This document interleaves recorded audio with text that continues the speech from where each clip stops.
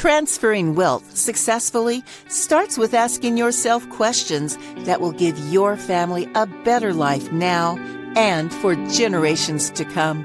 In this podcast, financial professionals John and Michael from Copper Beech Financial Group guide you through eye-opening questions to help you discover the truth about your wealth. Now, on to the show. Hello and welcome to The Truth About Wealth with John and Michael Parise of Copper Beech Financial Group. John, what's going on today?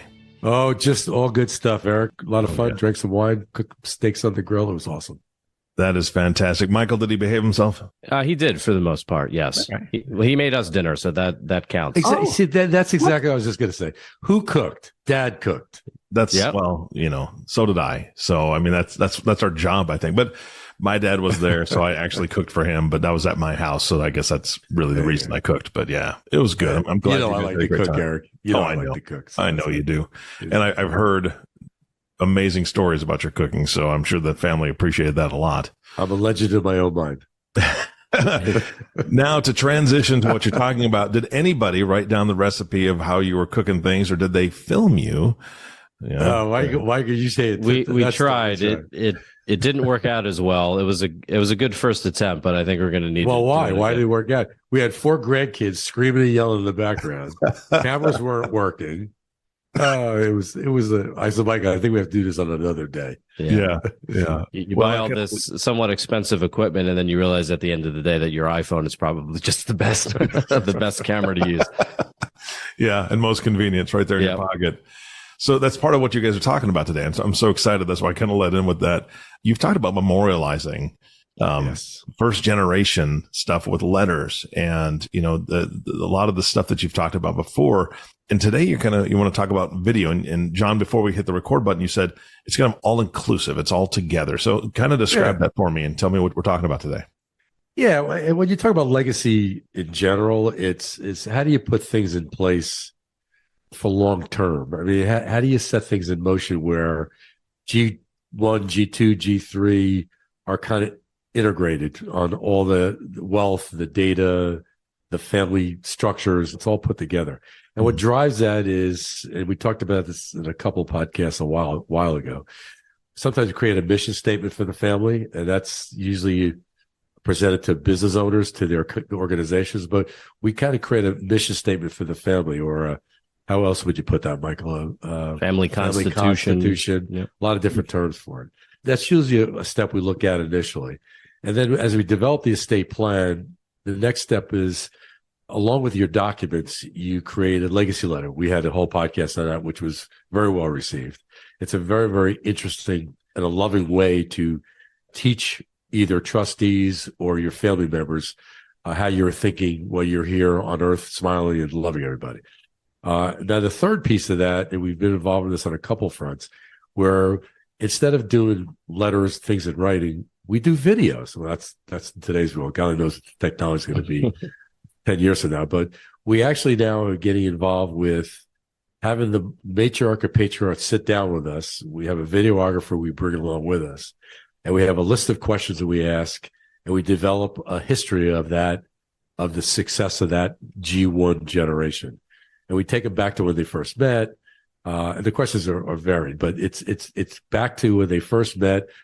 How did they create their company? What was the stumbling blocks they had? What was the stress they had? What was their success stories along the way? And the reason why you do that is because if you think about G3, they're not going to really know G1 or remember G1 a lot. So what we try to build is a memory of the people that started all of it. That pinnacle start, that G1, like me, Michael, that G1 leader that started to create the success of the family. We want to make sure that legacy stayed real. So if you think about not knowing someone, if you could watch a video or hear their voice, hear how they approach their life, you get related to that. And it's a real neat thing to see. Matter of fact, sometimes it brings tears to your eyes when you see what these families do. But that's the all-inclusive comment that I made. We try to do all the above as a piece of the pie to make it all work. Yeah, I think this is just something to think about as a family. And we've talked a lot about the shirt sleeves proverb in terms of this proverb that has really been, I guess, generated over, I don't know, hundreds of years across multiple cultures in terms of this concept of wealth being created and lost in the span of 3 generations. And one of the key areas that experts believe is what the cause of that is because values shift as the generations go on. And the further away you are from the creation of the wealth, the harder it is for you to understand where it all came from and what values went into it. And some of the things that the stories really that the first generation can tell to kind of explain all this. And that's really where, what we wanted to talk about today, because we just think it's a really important component to avoid this shirt sleeves proverb. And like we were talking about with our story in terms of us filming my father's cooking recipes, it's a lot easier to do that today than it was even 10 or 20 years ago. Sure. So that, I think, is just something maybe for listeners to consider. And we help curate that for a great many of our families as well. I remember my grandfather gave us our first video camera, and it had to be hooked into the VCR to record because it was literally just the camera, right? And so it was stationary. You had to have lighting. It was so many things, so many barriers to even capture family moments. And then even before that, I know that my parents still have a couple, I think, 8mm rolls, right, that didn't have sound. And so today, right in your pocket, Michael, like we were talking about, you got the cell phone sitting right there. You can just pull it out and capture these family moments. But unless you're intentional, like you guys are talking about, really sitting down and asking those specific questions, the things that you guys are going to cover today, I'm sure, you lose that. You lose those moments. Yeah. Absolutely. And, just having that, not even, we're talking about it perhaps in the context of, family financial wealth, but just even having that video just for non-financial reasons is, I think, just a really, really great thing. And it just so happens that, it also has maybe some financial benefits generationally as well. So it's really important, I think. Yeah. If you go back to I'll give you my life story in about 30 seconds, but it helps you build, I guess, who you are today. If I go back 50 years ago when I started to work for a living, maybe it was a little earlier than that, but you kind of, how did I grow into this field? How did I develop a relationship to what I do as a practice or as a practitioner? Or why did I go in this direction? What drove me there? And if you go back to what things I learned when I was younger, I sold Amway when I was 12 years old, door to door. Now, my friends thought I was crazy, but I saw a need to make money. I wanted to make my own money. I was driven for that because I wanted to be successful, even at an early age. I think I was 12, maybe even younger. And from there, I worked in the restaurant business. I was a busboy, then I was a waiter, and then I became a flambeing captain, a maitre d', and I ran a restaurant floor before I was 21 years old. But that was interesting because I learned how to deal with people in that time frame. I don't know if you ever worked in the restaurant business, but you deal with all kinds. Oh, yeah. So if you could deal with the people at the bar that drank too much, the people that were complaining about their dinner wasn't right or they didn't get the right reservation correct, and just the human nature of running a restaurant of all different types of people, you develop a skill set and you don't even know you're developing it. So early on in my life, I developed a relationship with people in a very likable way. I like dealing with people. I got bumps along the way, but I like dealing with it. So if you skip ahead, when I worked in the business side of the world, there after I graduated college, I did jobs I was working with people. And I drifted towards this profession because not only am I working with people, I care about their successes in their life. And that's what drives financial planning, if you think of it logically. So I fell into this because I think I developed the skill set, unbeknownst to me, that this is where I wanted to end up in my life. So that's just my story. And no one, that's on tape now. Someone heard my story, but unless you get those stories from your clients, you lose some things along the way. Would you agree? I think you do. Yeah. Michael, did you have an opportunity to work when you were younger? I did, but I didn't start when I was 12. That's the interesting, thing is I'm listening to this conversation here is I didn't have to work I guess I could have worked when I was 12, but I didn't. But that's, you can already start to see the difference. Immigrants to wealth. That's that story. Yeah. I mean, that's the difference in the value shift, if you will, between where my father grew up and how I grew up, which was very different than he grew up, and my children will grow up differently than I did in a great many ways. And that's the reason why we think this is really important to do, is because the Gen 3, the grandkids, no matter how hard they try, they can't. They just don't know exactly what Gen 1 had to go through. And of course, none of this is perfect, but we hope that this is a way for Gen 3 and Gen 4, to remember things about their grandparents or great grandparents, because it's really hard to transfer and those stories and what went into creating all this. And it's just, again, we think it's just something to consider for families. Yeah, unless you take a creative approach, a lot of those opportunities are lost. I started working when I was 12 because I was able to do a paper route. And I don't know if you've noticed, but in the last 10 to 15 years, they don't usually let kids do paper routes anymore. And in a lot of cases, there are no more papers. Right. So the opportunities to work when you're younger because of new labor laws. I used to go pick berries. Also in Washington State, we had berry picking. My wife picked Hatch green chili peppers down in New Mexico. For when you're younger, you could do that. A lot of places you can't do that anymore. And so I think that having that fundamental shift of understanding what G1 went through, you can kind of morph that once you understand it. Maybe there's volunteer opportunities that these younger folks need to take advantage of to learn those things, John, like you said, learning to deal with people. On a personal level in all sorts of different situations. Because if those opportunities aren't there for working, then there's got to be a way to fulfill that need, by listening to these stories and understanding it. Yeah, we have a case we're working on now. That's why we wanted to do this podcast today, where we had the conversation with the client, last Friday, Michael, with the family was there. And they did something with mom and dad, a couple of years ago. They did a 50th anniversary, I think it was. Yes, it was a wedding anniversary. Where they had pictures and they did a history on mom and dad, but it was pictures and they didn't get a chance to talk.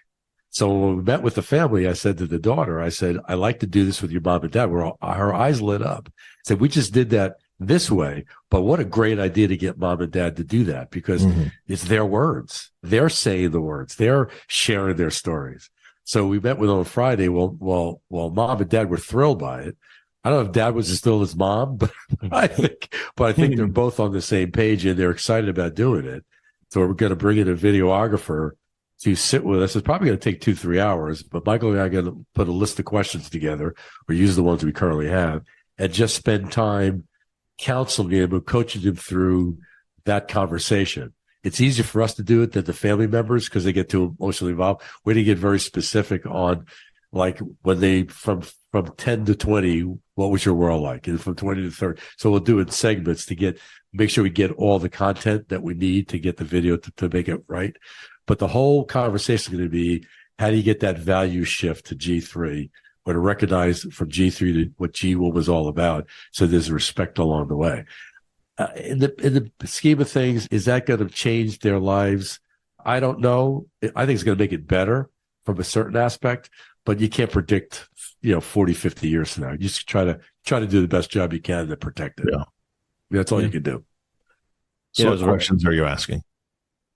Well, I think there's a ton, but I think, we typically like to start off and from an early life sort. Where were you born? What was your life like? What were your parents like?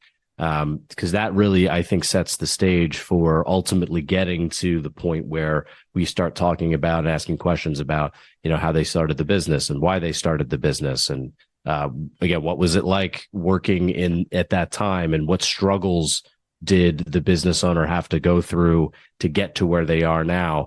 So it is, it's a story. It's kind of in a way, it's sort of a video memoir, effectively, is kind of, I think, how you would want to maybe analogize it. But those are the types of questions. I mean, when did you get married, and those sorts of things. How many love letters did you write your wife? Yeah. Oh, we get into it sometimes. It's this. We have fun with it. It's not serious. It's a casual conversation. I shared the story on a podcast a while back, but I had a client in Utah. He was a cowboy, and Jake was 92 at the time.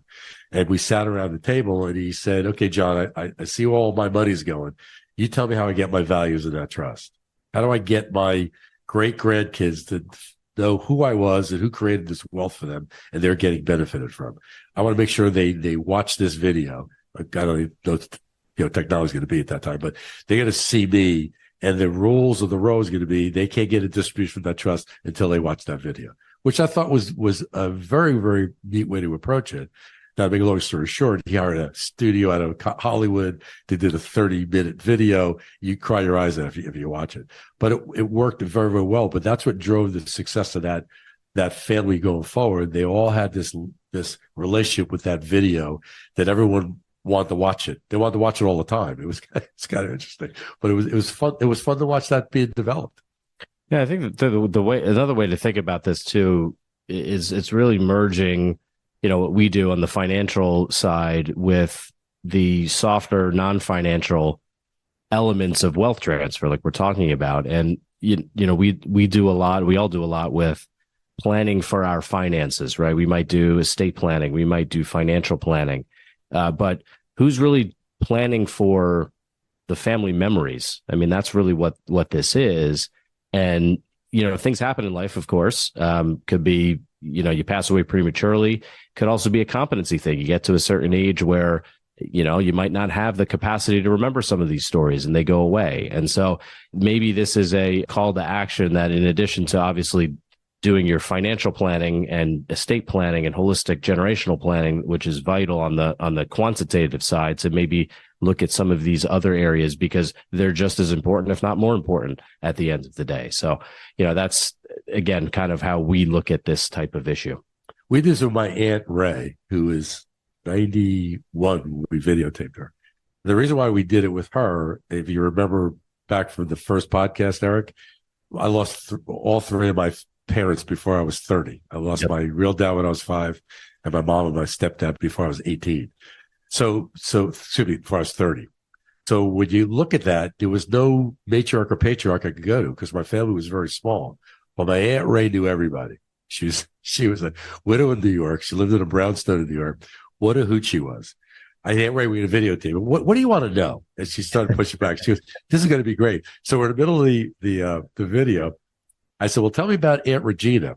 Oh, she was a real bitch. She was my friend. I have to share this with you. Ray, you can't say that on the video. We got to edit that because we don't want people to hear that. It was so funny. Oh, I apologize, but that was true. She was tough to deal with. But you get these family stories.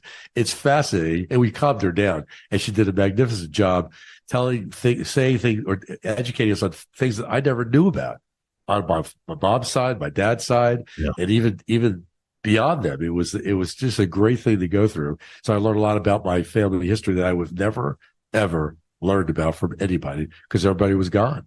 So the whole story behind this video and these legacy letters, mission statements to start it off, it's really a nice touch when you look at finalizing your estate plan. Yep. Yeah, I think, and one of the favorite questions, and you ask this a lot more than I do, Dad, to families, is what do you remember about your great-great-grandparents? And oftentimes it's I didn't meet them or I don't really know much about them. Those are the sorts of, when you talk about legacy, this is another way to help capture that. And another thing that I was just thinking of that as you were talking, Dad, I was thinking, early on in my career, probably 12, 15 some odd years ago, we would have these conversations with the Gen 1 family members. And it was always, there's a couple times, not always, but quite a few times where the first generation family member was very nervous with the whole concept. They didn't maybe feel as comfortable being on camera, or they didn't really want to be interviewed as much. And I've noticed over the years, I don't know if it's because, post-pandemic, now everybody's more used to being on camera and Zoom. I don't see as many of those objections anymore. I don't know. It's interesting. I don't know if that is just coincidence, but I was just thinking of that when you were talking. So, Eric, what do you remember about your great-great-grandfather? Never met him. Yeah, exactly. Yeah. And and the thing is that my grandfather sent a second video camera. He was, maybe this is where I get it from. I'm a geek for the technology stuff, but he sent us a video camera that, you put the big old VHS tape in and it could actually record on site, but he didn't record himself. He didn't do anything, so I have no video of him. I met him a few different times and got to spend some time with him, and that's great. But I have a video from that camera that he sent us of my dad, me interviewing him, which he had just gotten off of work. He was completely annoyed reading a paper, trying to ignore me. So it's fantastic. But it's funny because at that time, I was trying to video everything I could, but I still don't have that from my grandfather. And my grandmother passed when I was very, very little. And on the other side, my dad's parents both passed when I was little. My grandfather before I was even born. So there is no historical. My mom has a diary, which is great because it talks about, it's not my mom's diary, it's her great aunt's diary. So it does talk about some of the family, but the names I don't know, right? Because I don't have any of those connections. I don't know I can't hear those words in their voice. And obviously there's no video, but you lose a lot, right? It's nice to have that treasured item, but at the same time, to me, that's just like reading an old book. It's not something that pertains to me because it doesn't, I'm not connected to it. Like this could be, no matter how it's formatted. Yeah. I mean, that's, I guess a blessing of technology where we live today is that, this is a lot easier to do than it was when you were trying to do it, your family. And so that's, that's great. The other thing you consider too is interviewing multiple generations too. It doesn't just have to be a Gen 1 interview. It could be Gen 2, because obviously if you think about this conceptually about the family story going down the generational line, well, obviously interviewing and having Gen 2's input on what was like growing up with Gen 1, maybe starting the business or the trials and tribulations of that whole process and watching it grow, that could be a really interesting perspective too. Because again, the maturity or the growing up of each generation is going to be different because you're growing up in different environments. And it's really nice to see that, just that dichotomy, if you will, there. Yeah. We also, I think you remember, Eric, we do a conference every year for our families. Yes. And we'd had a very good conference this year. And what happened was G2 members attended the conference this year because they're now college age, they're older.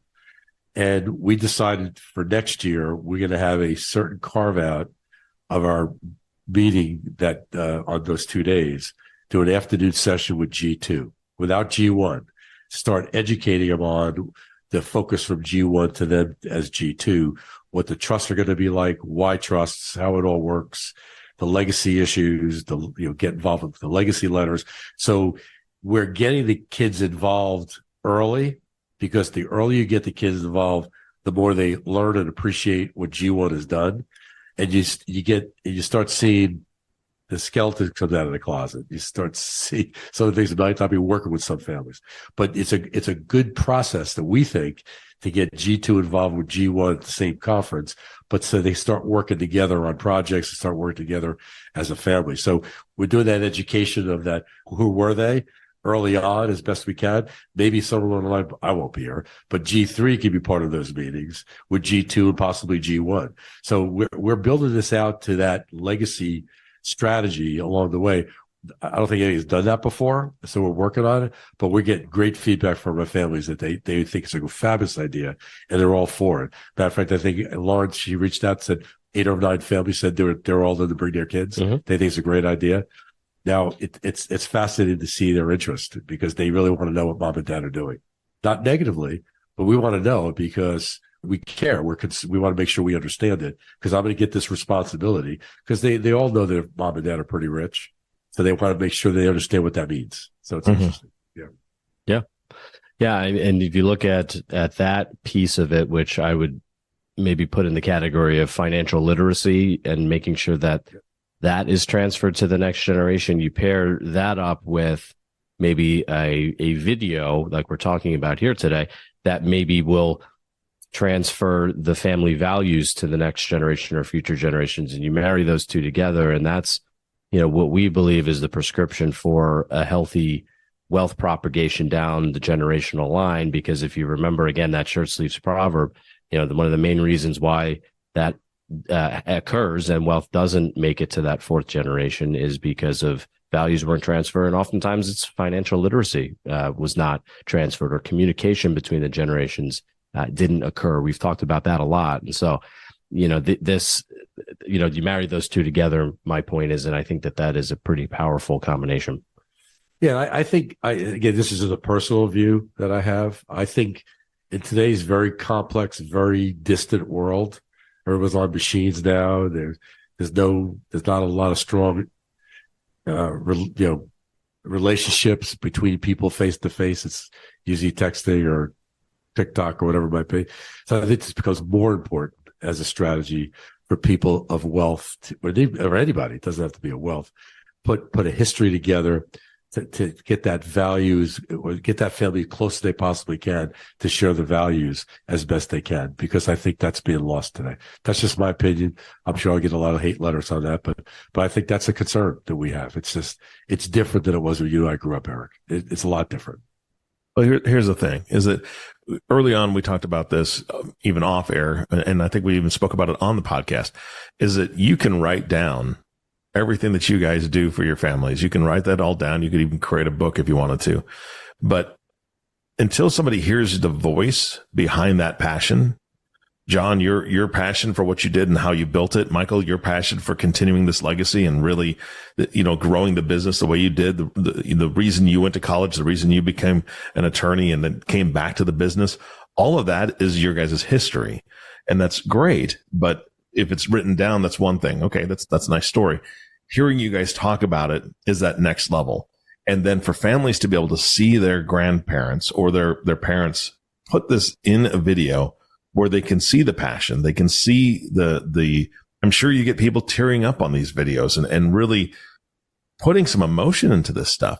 That's when they're going to be able to connect with it. It's great to have a letter from family. I'm not discounting that at all, but it's just that third level of emotion and passion that comes through it, and they can understand and really see, hey, I built this for you, right? Even if I have never met you, whether it's the fourth generation and beyond, I built this for you, knowing that you would be here one day.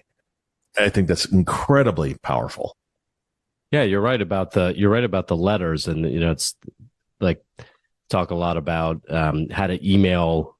The language to use in email, because it's so impersonal and you can misconstrue the tone of an email, right? Because there's no context there. And that's why, we're starting to see a lot of asynchronous video communication in terms of answering emails. This is I think, to your point, Eric, the same exact thing. This is just adding another dimension to it. You can see body language, you can hear emotion and see, and as opposed to just reading words on a page, which are great to your point. But I think this is even, just taking it one step further. Yeah. Love it. Love it. Someone said to me or asked me a question. John, you're 71 years old. How do you maintain your excitement, your enthusiasm, your passion for what you do at your age? I said, what does age have to do with it? It's nothing to do with it. What are you talking about? And I kind of gave him a shot.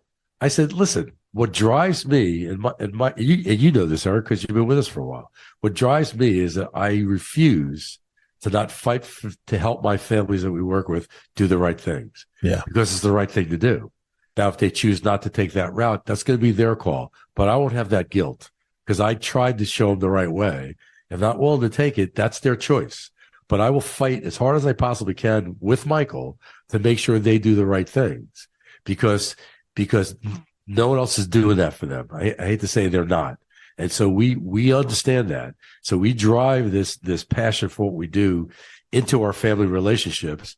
And when we left the conference, as an example, every one of the families that left that conference hugs us because we're part of their family.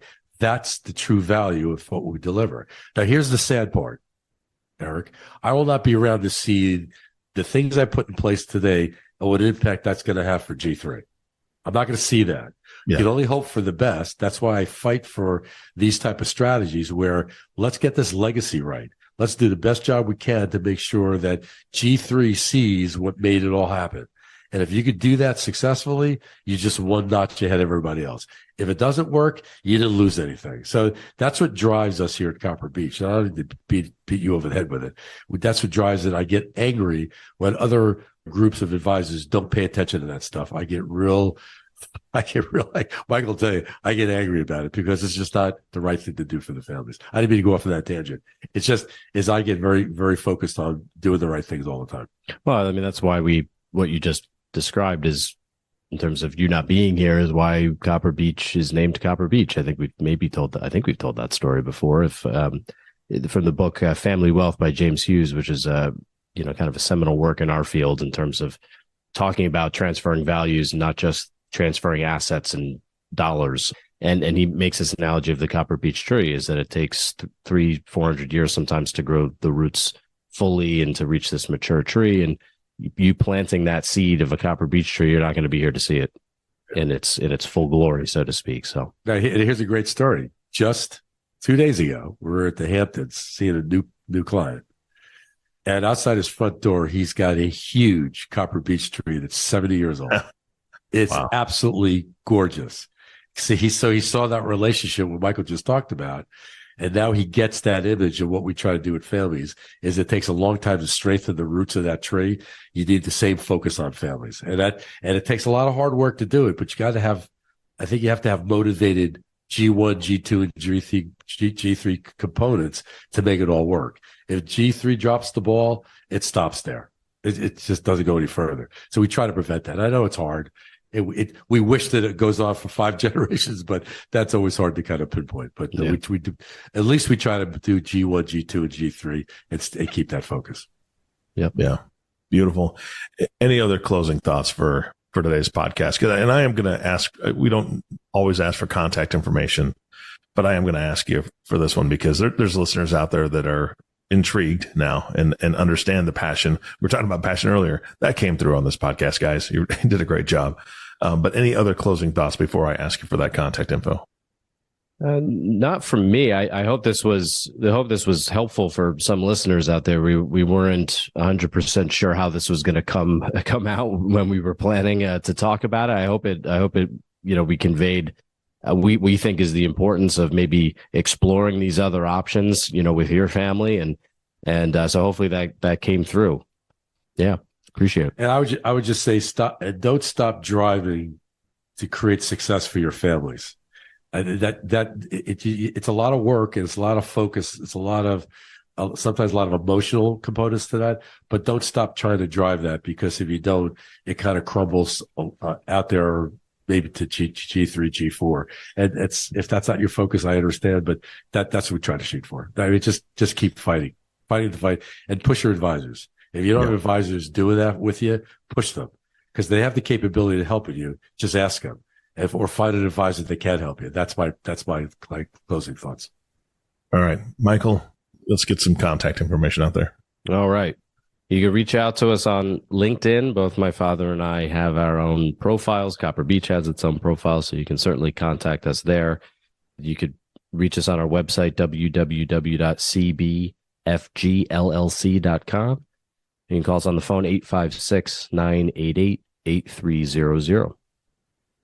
Gentlemen, again, thank you so much. It's always a pleasure, and I thought this was a fantastic podcast. So thank you for what you do. Appreciate it. Thanks, Eric. Thanks for all your support, my friend. You bet. And our last thank you always goes to the listening audience. Thank you so much for tuning in and listening to the Truth About Wealth podcast with John and Michael Parise. If you have not subscribed to the podcast yet, please click the subscribe now button below.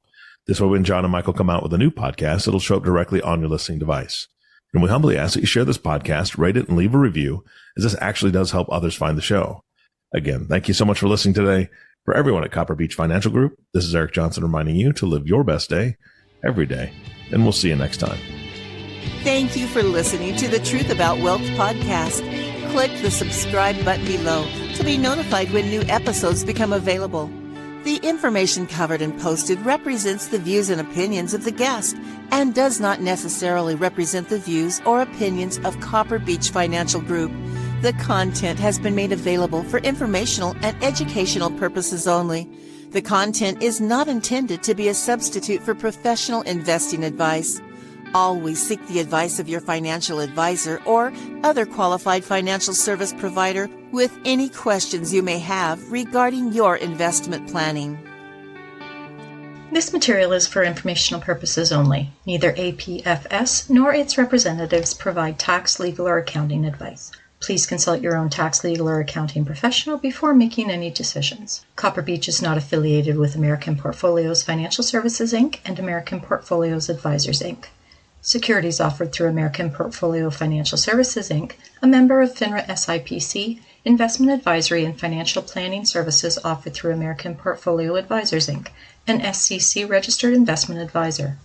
These opinions are subject to change at any time without notice. Any comments or postings are provided for informational purposes only and do not constitute an offer or a recommendation to buy or sell securities or other financial instruments. Readers should conduct their own review and exercise judgment prior to investing. Investments are not guaranteed, involve risk, and may result in a loss of principal. Past performance does not guarantee future results. Investments are not suitable for all types of investors. Copper Beech is an unaffiliated entity of American Portfolios Financial Services, Inc. and American Portfolios Advisors, Inc. Any opinion expressed in this forum is not the opinions of American Portfolio Financial Services, Inc. and American Portfolio Advisors, Inc., and have not been reviewed by the firm for completeness or accuracy. American Portfolios and Copper Beech Financial Group are not affiliated with any other named business entities mentioned.